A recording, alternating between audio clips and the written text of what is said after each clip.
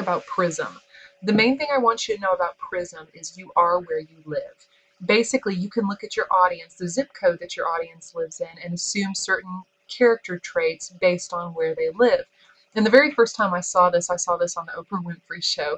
They had a guy come in who was a marketing guru, and he talked about this. And he said, give me a zip code, for example. And they threw out a zip code, and he looked at it and he said, based on where these people live, where this particular zip code, I bet these people would drive this type of minivan and have Kraft macaroni and cheese on their shelf and probably participate in these types of activities, etc. And then they went and they knocked on a random door in that neighborhood, and sure enough, that guy was right on the money.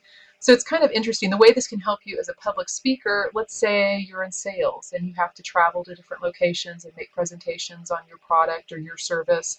And if you don't know much about it, to just get a little glimpse of what they might be like could help you. So anyway, if you're interested in playing with this yourself, I have a link under web links of interest, but let's try one. Let's just do 77550 here, the most common zip code in Galveston. I'll submit it. There are 66 different segments, and these 5 are the ones that come up for the Galveston zip code. Now, these 5 aren't exclusive to Galveston. They exist in different parts of the United States as well. But of those 66, these are the 5 they've identified as part of Galveston. So let's click on the first one here, Boomtown Singles.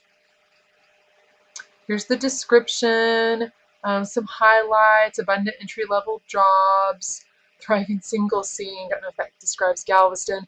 Younger, single, working class, these residents pursue active lifestyles amid sprawling apartment complexes, bars, convenience stores, and laundromats. That sounds like a lot of Galveston to me. It makes up about 1% of U.S. households. Median income, $38,000. That sounds really high to me for Galveston.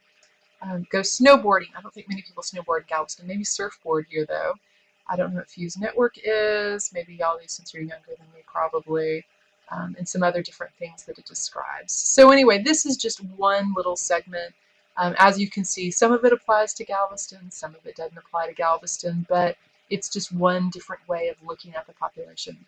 So the main thing I want you to know about Prizm is it's a way of looking at your audience based on where they live. As it says up here, welcome to You Are Where You Live.